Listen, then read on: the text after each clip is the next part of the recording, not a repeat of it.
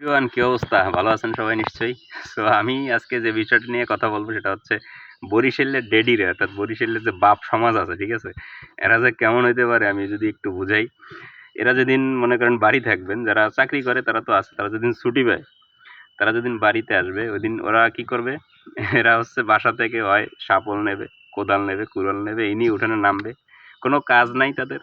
তারপরও কি করবে? অমুক জায়গায় একটা জায়গায় যেয়ে মাটি কোপাইবে, এখানে একটা মাটি ওই জায়গায় নেবে, ট্রান্সফার করবে।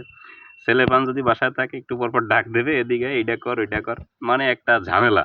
পোলাপান যদি ভালো কিছু করতে চায়, দেখা গেছে সারাদিন কাজ করার পর একটু ক্রিকেট খেলবে বা কোনো কিছু খেলতে গেল, ডাক দিয়ে নিয়ে আইবে, বাড়িতে কাম নাই, এদিকে আয়, বাড়ি কাম আছে, এরকম কইরে কইরে আনবে। মানে ডেডিদের একটা বৈশিষ্ট্যই আলাদা।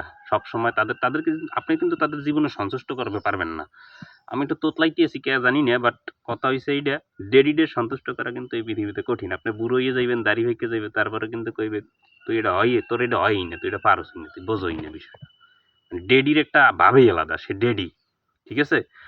অবশ্য সবার ডেডির মতো আমার ডেডিও একই, বিন্যাকালা উড্ডেই ফরমায়েশ করছে ৩টা গত করতে হইবে। এখন আমি বললাম কিসের জন্য গত করবা? কয় কলা গাছ লাগামু, আলুর দানা লাগামু, ঠিক আছে? তো এই অবস্থা আমাকে ডেডির।